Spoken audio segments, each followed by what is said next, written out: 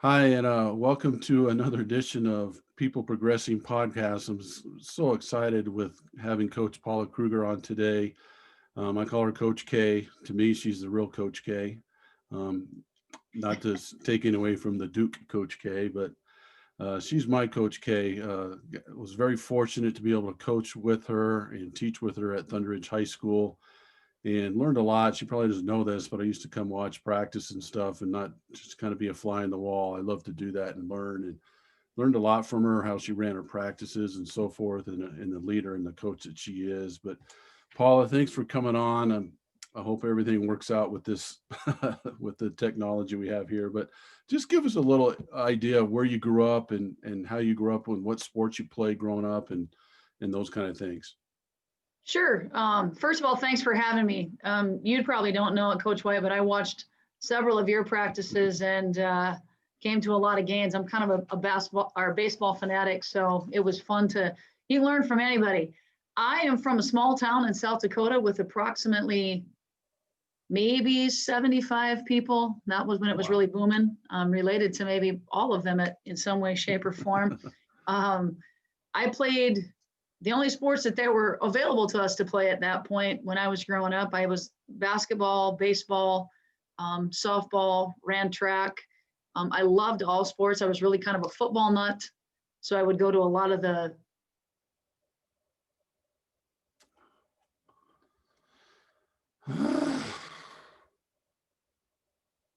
sure. So I played what was available for people back in that time, especially specifically for me. I played baseball with mostly the boys. Transferred into slow pitch softball. They wouldn't let me play baseball after a certain age because it was boys only. So I played up until I believe I was 14. I was a catcher, believe it or not. And so when I would whip off the catcher's mask, most of the guys coming home got a surprise. Basketball was my first love. I can remember being a gym baby. My mom was a basketball coach, so I went with my mom all the time to the gym, and it was never forced on me. It was just something that I fell in love with from a really, really, really young age. And so my mom tried to give me as many opportunities as I could to be part of it. And at that time, we didn't have youth basketball for females, so I would um, actually, and I almost hate to admit this, and it's not a negative, it's just I'm not very good at it. I became a cheerleader in elementary school just so that I could go to the basketball games to be able to watch the guys play. So I think fourth, fifth, sixth grade, I did more watching than cheering, but that was my way to get into the game. So sports has been a part of my life for as long as I can remember. And take us through then from your playing days. I know you had a unbelievable career playing at Northern. Take us through like your playing days at Northern, and then through what happened after your playing days and how you got into coaching. Sure. So I actually came to college thinking I was going to be a physical therapist, but knowing deep in my gut that all I'd ever wanted to do was coach. And bless my college coach's heart, he told me about every day, you're going to change your mind. By the time you're a junior, you're going to go into teaching and coaching. I don't even know why you're messing around with the other stuff. I hate to admit it, he was right.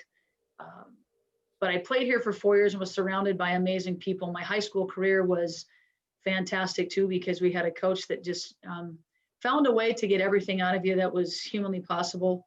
I came to college and I had a coach that was very similar. And when it came time for me to make a decision on what I wanted to do with the rest of my life, I knew that coaching is where I was meant to be. I fought it a little bit because I don't want everybody else to be right. I wanted to choose it on my own kind of thing. But I don't regret it for 1 second. It's everything I've wanted it to be. I've learned more from it than I probably could have any other profession. But I went from playing here at Northern to being an assistant coach while I was student teaching at a small town about 10 miles from here. Another small school. It was actually my rival when I was in high school, so it was very unique to be coaching at my rival school. But I was given the opportunity to coach high school track, and I got to coach boys because I was coaching sprinters. So it was my first step into coaching, non-gender specific, where I could coach male and female. I was the assistant girls basketball coach, and they started volleyball my first year there, and they actually hired me to be the volleyball coach. I'd never played volleyball in my life.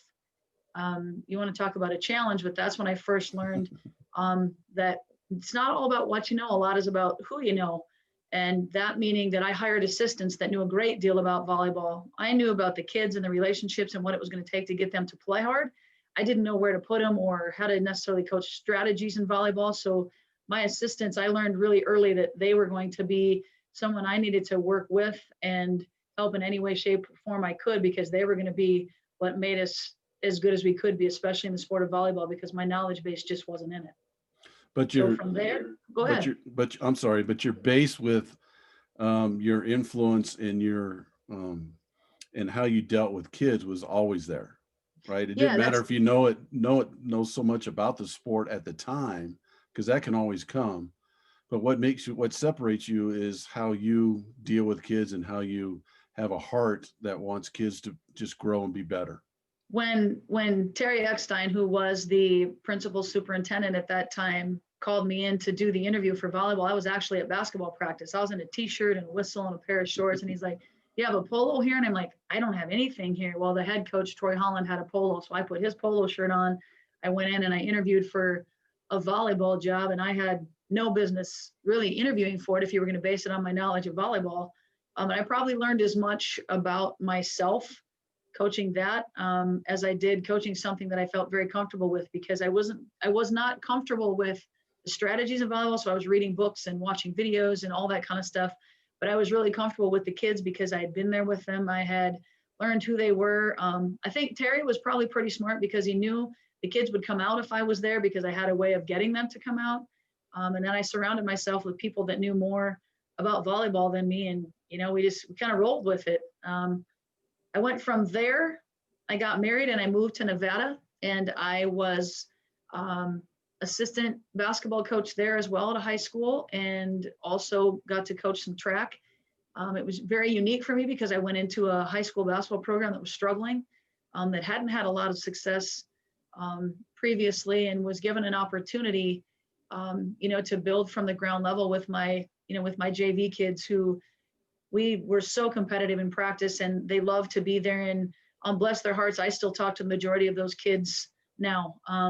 The kids that were at Warner when I was there, which was my first organized coaching job in a high school, I still see those kids often and stay in touch with them too. So it didn't take me very long to figure out my why was relationships, and not necessarily on the field or that kind of thing, but after we left the court, what that was going to mean for the rest of my life and hopefully for the rest of theirs.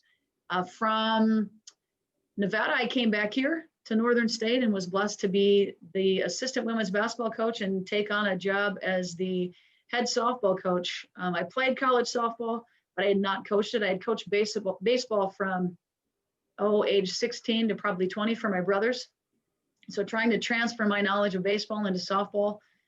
Again, I learned a great deal there. I was coaching basically 24/7, 365, going from basketball practice to softball practice, going to scout a basketball game and getting off the bus at 5 a.m. and going straight into softball practice starting at 6 o'clock in the morning. And I didn't know any better. I was loving the pieces of what I was doing, but it became apparent at some point that I was going to have to choose, because I didn't really feel like I could give enough to either one to give it what I wanted to give it at the college level.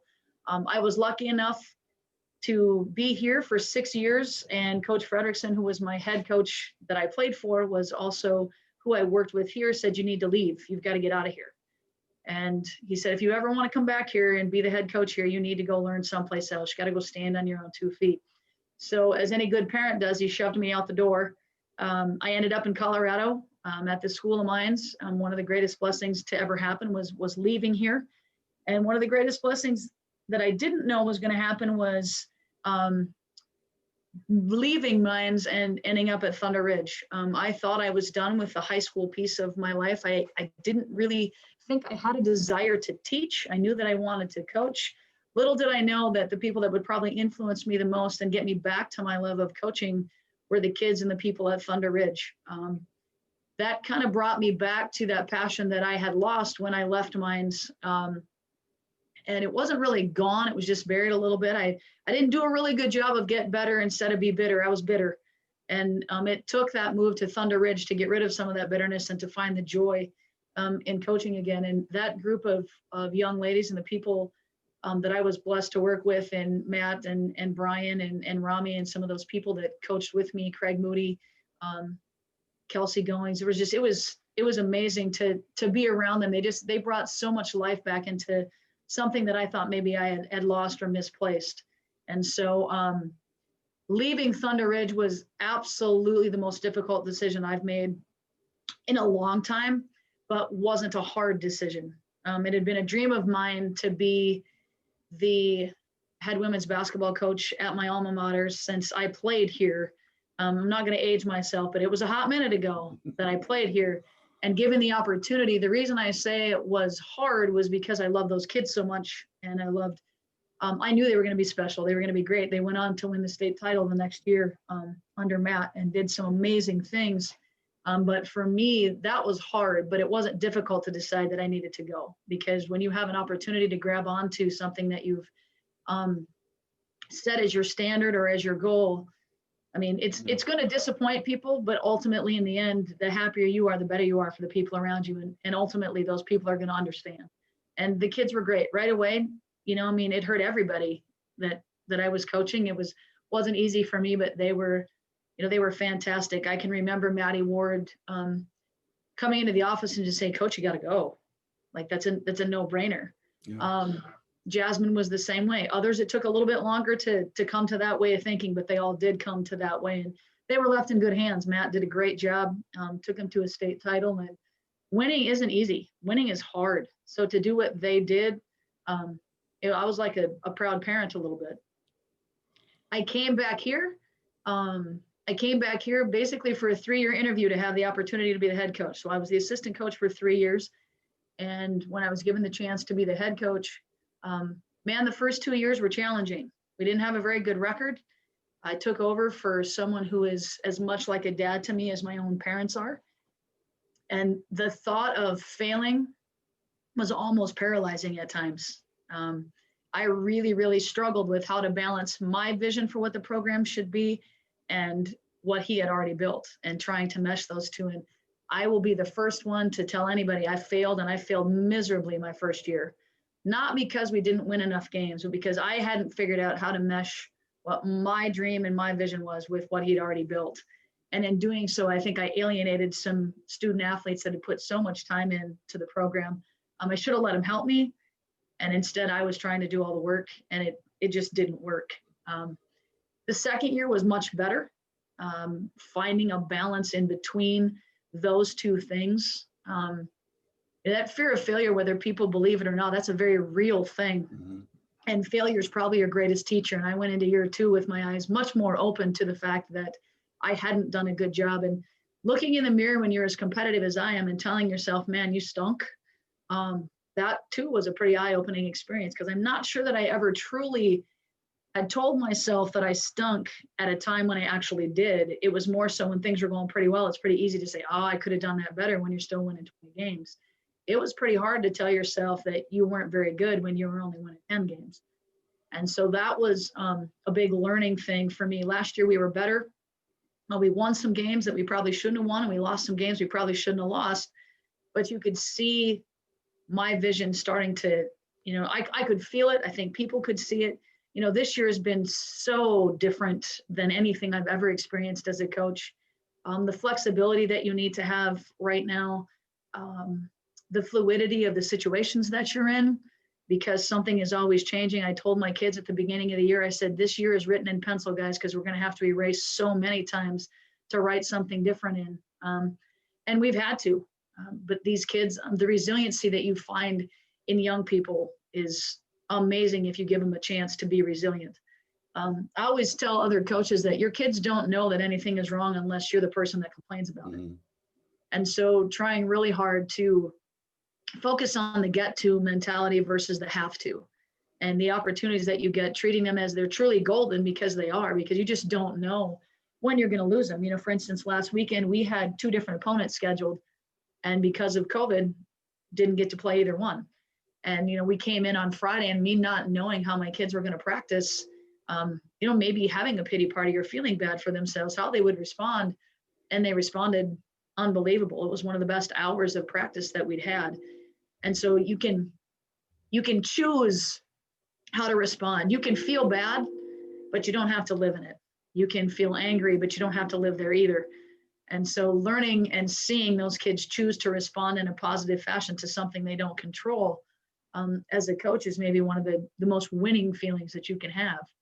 And so now I sit in what used to be my head coach's office. That's now my office. And, every day to me, I haven't had to go to work in a long time. And so this is a dream come true, but I also recognize that there are expectations that come with living out your dream. And you've got to be prepared to fail, and you've got to be prepared for things not to work. And it took me a couple of years to figure out that I wasn't going to walk in here and just do everything the way that I wanted to do it, and it just automatically be that way, because this is something that I'd wanted and worked for so long. My work is far from done. And if anything, I've learned that the pandemic has taught me self-awareness. And that's maybe, to me, the hardest quality that a coach can possess. It's easy to say you are. It's difficult to do the actions it takes to be self-aware. And so that's been my focus, is flexibility and self-awareness. And that's where I sit now. So your technical difficulties really weren't a big thing to me. You get everything's in pencil, coach. Everything's in pencil. Yeah, they were to me. The thing about self-awareness, I think with self-awareness, you have to be what we call vulnerable. And that's one of the things that you've demonstrated here is you've been vulnerable. You've been okay saying, and I want people to understand that piece of this. The only way you can grow is to be vulnerable and to be honest. And, when you say different things about, well, how it went the first year and the second year and all that, you were just being honest with yourself, and that's how you grow. And I want to go back real quick, though. You left one place out that I was really interested in, Arupe Jesuit.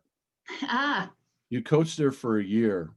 Tell us a little bit about what that school is about, and what it was like coaching at that school. I'm glad you asked that, because I certainly haven't forgotten my time there. That was unique for me, because the first time that I coached, when I wasn't in the building or part of the school system or that kind of thing, I was selling gear outside of the the world. I was selling basketball gear and football gear and all that kind of thing. So I was staying tied to the sports world, but I was out of it. And I was actually approached by the athletic director from Arupe a couple times, and I was like, I'm hanging out my whistle, man. I'm done with coaching.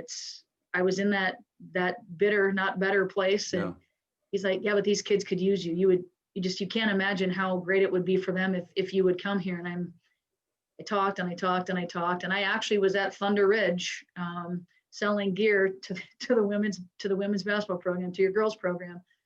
And I left there and was on the road, and I pulled over into a parking lot, and I called my husband and I said, I think I need to do this. He's like, well, then go to Arupe and tell him that you're going to do it. So I went to Arupe. What a phenomenal institution in place. The things that they do for those kids is something that most high schools probably don't even understand. I think back to going in and not knowing anything about it, and then watching those kids have jobs for a couple days a week where they would get on a bus and go to their places of employment. So they were learning a trade while they were in school, but that trade paid for them to be at the school. It's a low income private school that teaches lifelong lessons about you can do things if you really set your mind to it.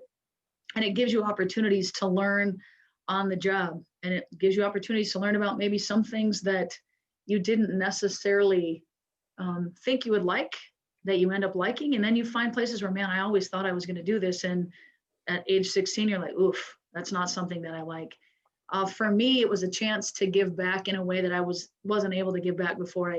I've never coached for a paycheck, so I don't want that to be a thing. But here more than ever, I gave it back to the school to be able to get the kids warm-ups and buy them shoes, because they'd never got to experience having travel gear and having shoes and that kind of thing. And what an awesome thing for me to be able to give back that and do nothing but coach, because I love to coach. We spent the first 2 practices learning how to shoot left-handed layups the right way. Yeah. And now we've gone so far away from there being a right way that you can shoot them any way that you want, but holding their feet down so that they didn't travel, as small of things as you could think. But maybe the lesson that I learned the most is that kids want to compete. They they want to be held to a standard. And it wasn't about the scoreboard. It was about, you couldn't shoot a left-handed layup yesterday, but 2 days from now, you're going to be able to. And they came out and did so many amazing things. I've seen so many of them graduate from college. I'm still in touch with them. I think about the young lady who would get on the bus over in Aurora at 4 o'clock in the morning by herself to come to school at Arupe, and would stay for practice and then walk to the bus stop herself, get on the bus, ride all the way back, and not get home until 7 or 8 at night, and then have all of her homework and practice for violin and all those things. And she didn't miss a practice. She didn't miss a game. You want to talk about an independence that I had no idea existed at that age. That 100%, was it. And certainly we can all learn lessons from everybody. Age is really not a factor. And I learned more about dedication to something from those individuals than I probably had at any other point in my life. And I always talk about your purpose, perspective, and passion. I would say that place might have been the place that gave you the change your perspective on things really fast, coming out of a time when you said that you had hung up your whistle, you were frustrated, you were kind of done, and then you went back into a place that got you back into your perspective, which put you back into your passion. Would you agree with that? Oh, 100%. I think I've always tried to walk that servant leader path. Yeah. But I think we all try to do that. I don't know. And I've really come to think that there is no try. You either do or you don't. And I did in situations, but I didn't in others. And that was the first place where I truly learned the meaning of being a servant leader, of being able to give back, and knowing that there was no expectation in return, but just seeing the sheer happiness that those kids had putting on a pair of shoes. That was, to me, that was where I got the first opportunity, to learn what it meant to be a true servant leader. And let me ask you this question. It's kind of deep, but what's your purpose in coaching? Why do you coach? I write it up on my board all the time. I have it back behind there, but my why is relationships. Always has been. I'm a people person. And so I truly believe that there is innate goodness in every soul that I've ever met, and that I can learn something from someone as simple as just saying hello. It takes me back to Thunder Ridge, and I don't tell this story often, but the very first ceremony where the seniors were leaving and you're bringing the freshmen in, and there was a senior that I didn't have in class that I don't remember meeting at all. And she sought me out in the gym. She said, "I just want to say thank you." I didn't know her name. I didn't know who she was. She never even told me her name. She just said, "I just want you to know you were the first person to tell me directions to the bathroom my senior year, and I was a new student here. And you walked me to the bathroom." And I said, "Well, honey, I walked you to the bathroom because I didn't really know where it was either."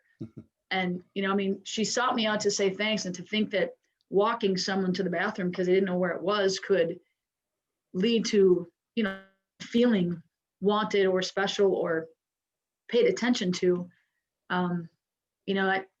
That to me is my purpose all the time, not just in coaching, but in waking up every day. If I can make one person feel better, then I feel like my day is better too. Awesome. And so as a leader, because you've been a leader your whole life, what was one quality that you think makes a great leader? Just give one right now. I think authenticity is probably what I think, at least for me, has been the quality that I've focused on the most. Is I don't want anyone to ever think that I'm fake, that what I'm saying isn't real, that when I teared up telling that story, those are legitimate. That's really how I feel. So authenticity, being genuine, is to me, and I don't think you can be a great leader if you can't be real. And what's one thing that you think you have to deal with or fight against in terms of things that bring people down, or maybe even you sometimes down as a leader? I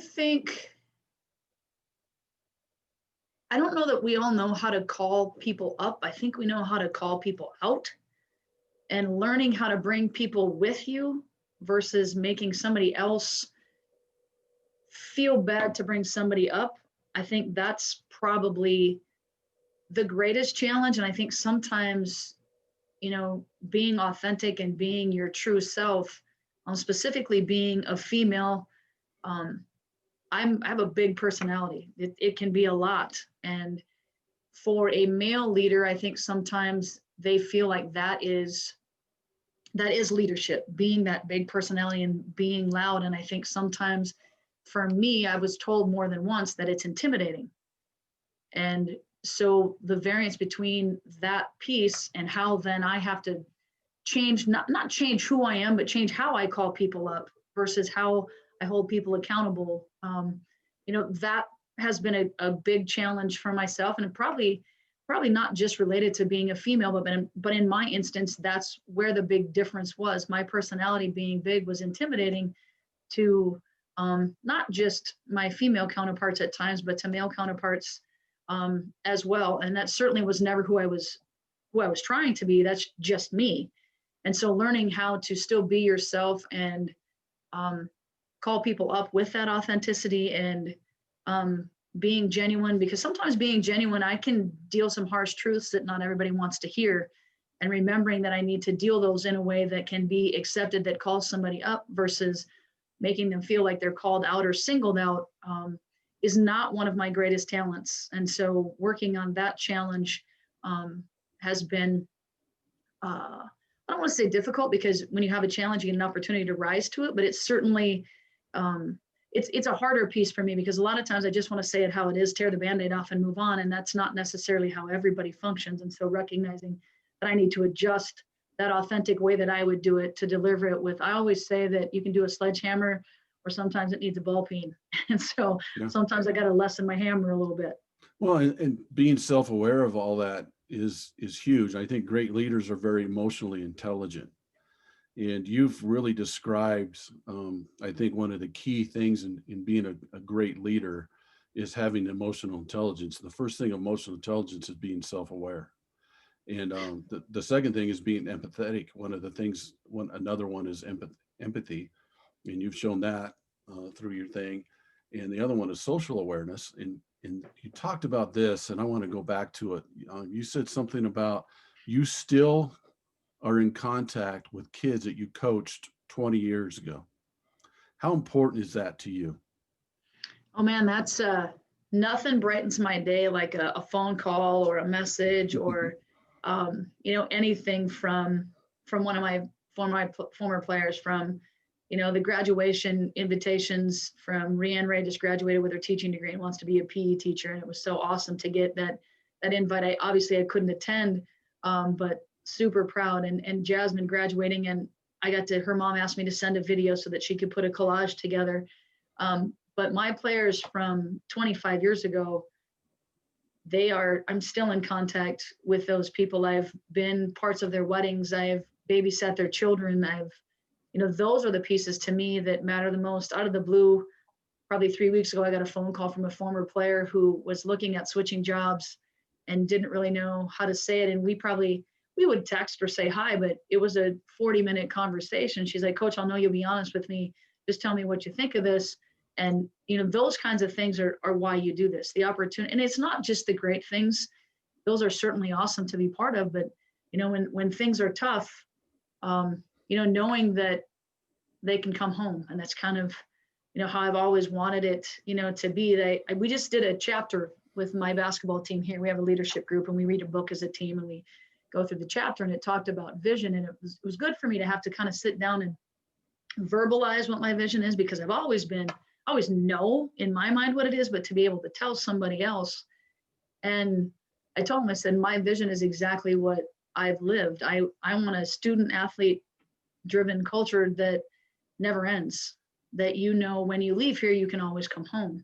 And I hadn't put it in words before. It was easy to say once I sat down and started to kind of piece it together, but I had never thought about actually needing to verbalize that, to people. And now it's written on my board. It's something that we talk about, because I think people need to know when you're a leader, or even if it's in the workplace, if it's a coach, if it's whoever you are, people need to know what your vision is and that vision, for them. And so I'm always working with my assistants on, what's your vision? Where do you want to go from here? What do you want to do next? Can I help you get there?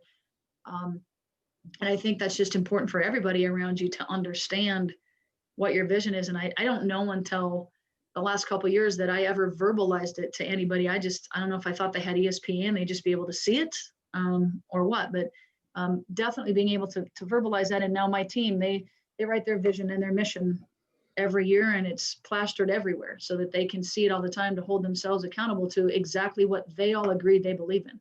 Yeah. And I think that's so important that they reflect on that all the time. I used to say the I base the success of my baseball program on how many kids I still was talking to 5, 10, 15, 20 years after they graduated from our program.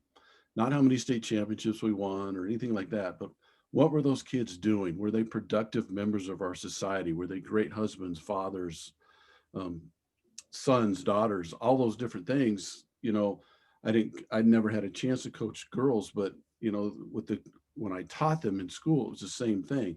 What kind of relationship do we still have 5, 10, 15, 20 years from now? And what were they doing as productive members of our society was the basis of my success in my program. And I want to ask you this question because my goal is to kind of bring this coaching mentality into the so-called work world or the real world. How easy is it to translate what you're talking about today to a guy who's running a company, who's a CEO of a company, or a woman who's a CEO of a company? Do you think there's any difference there? I don't, because I think if you haven't read um, the the the Warrior Lunch book, it's an amazing book, and it talks about a gentleman that's getting ready to take over a business, and they have him go do all these lunches with all these different peoples in all walks of life, and everything they talk about transferred to running a company, running a program, running a school. Um, you know, it's really honestly about how you relate to the people that you work with, and I don't think that varies regardless of what walk of life you're in, from ministry at a church to a teacher to my husband manages a bottle shop and liquor store, and I caught him the other day sending text messages to some of his staff thanking them for all of their help over the holidays and that kind of thing. And um, I just think that it transfers to whatever and wherever you want to use it, but you have to put it into practice. I've read a lot of books, and I have a book list, and a lot of those books come from people that aren't coaches that I've read, that you take lessons from and you try and apply to being just a better person in general. And I think right now, especially right now in the world that we're in, that lesson in and of itself about just being a good person, you can't treat others how you want to be treated. You need to treat them how they want to be treated. And I don't think that I know for a fact that I haven't always remembered that. I always try to go by the golden rule, treat others how you'd want to be treated. Well, that's not maybe the golden rule. You have to treat others how they want to be treated. And there's so many different communication styles. And if you want to be in a leadership position, or even if you don't want to be, but you are, learning how to communicate with all those different people, that's all relationship based. And that's really, to me, that's what coaching is relationships. And if you can't figure out how to communicate with the many, then you got to start doing it one at a time. And, you surround yourself with people that are better than you so that you can learn that. And I've been blessed to be surrounded by some truly amazing, amazing people. And that's the vulnerability part again. I think great leaders are vulnerable. They can put themselves out there. They can admit those things. I'm going to put people in positions that are better than me. That's what separates you. And I 70% of Americans are disengaged at work. I think that number would go way, way down if people had the same philosophy of a relationship first, people first, in terms of how they lead a business or how they lead their workplace. Well, I think you're 100% right. I've never run a company, but I have started some, basketball AAU things and those types of things where we had to travel all over the country and that kind of stuff. And you can't do it without other people. And I was a point guard in college, and the one thing that stuck in my mind from my head coach from the very first day was he said, you have to be someone they want to follow. You have to be someone that they know is going to go through the wall first, that you're going to take whatever comes and find a way to deal with it, and not necessarily be able to shield them from it, but help them understand it. And so that's the mentality that I've adopted. My high school coach gave me the same speech when I was a freshman in high school about they've got to be someone they want to follow. You've got to be worth following. What you do has to be that. If you're going to be the leader, that's who you have to be. And so, lead, follow, or get out of the way. That's basically your three choices. And I chose to lead because I don't think I can follow when I need to, but that's not my personality. So I think if you can build it around other people and you can truly learn how to practice serving others and giving back with nothing expected in return and educate yourself, it's not on other people to educate you. It's on you to take from them to educate yourself. And so this last year and a half has really given me an opportunity to embrace those things. I think I practiced them quite often. I just don't think I knew what they were until I had the time to really research it and start to write it down, and to not necessarily reinvent myself, because I've pretty much been the same person since I was a little kid, but to reinvent maybe how I presented who that person was, and learning how to present that to different entities, and get the same message across, because it was the same message but needed to be delivered differently. And it's such a great story. I could actually spend hours with you doing this. You mentioned the Warrior Lunch. Was that Rod Olson's book? I'd have to look up I think it is. I think it is, but it was fantastic. It was I've read a awesome. ton of books, but it was great. I just started reading a couple of Annie Duke's books where she talks about how to make decisions. She's a poker player, and she's going to teach. I was on a podcast that she was on with Mike Neighbors, who coaches at Arkansas, and she talked about her books, and he kind of got me onto those about how to make decisions and to make choices, and totally different avenue. I wouldn't have thought of, man, I should read a poker player's book on how to make decisions, but she gives you strategies on why and how, and it's amazing. Atomic Habits is another book that I've just started, and man, it's simplicity of building a habit, and it breaks it way down into things I didn't think of. Forming a habit is really not that difficult if you know how to break it down into some of those things. And man, it should have been a lot easier if I'd have known some of those things when I was coaching 25 years ago. But yeah, I've just had an opportunity to read and to educate myself, to watch a lot of things. There's a lot of great docuseries out there right now about bettering yourself and learning. I've become a podcast person, and I was not wasn't an audio learner. But man, right now in this day and age of Zoom and that kind of thing, you have to be, because you don't get the hands-on. It's great to see a face though. This is so much easier when I can look at people and do it. So I'm thankful for that opportunity. It's made me grow as an old coach that's maybe stuck in her habits a little bit, to venture out into some new ways to communicate. And I think you've really hit something big here, that people can learn from. Also, it is always so gratifying to keep growing and learning. And you're a 25-year coach who's coached at many different levels. You've coached different sports. You played different sports. You've seen it all. You've won at different levels. You've lost at different levels. We all have.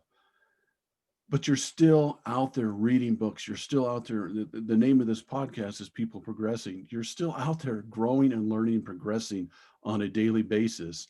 And what that does is it translates back into your players and teaches them to grow and learn and progress on a daily basis. And when you do that, your team's going to win. I've been blessed to have some kids that have really embraced that learning and progressing and moving. And we don't do captains anymore. We do a leadership group, and we do the leadership group based on a foxhole test. Those people that you would want in front of you and beside you if you had to go to battle. And it's been really neat to see the kids work hard to become foxhole people.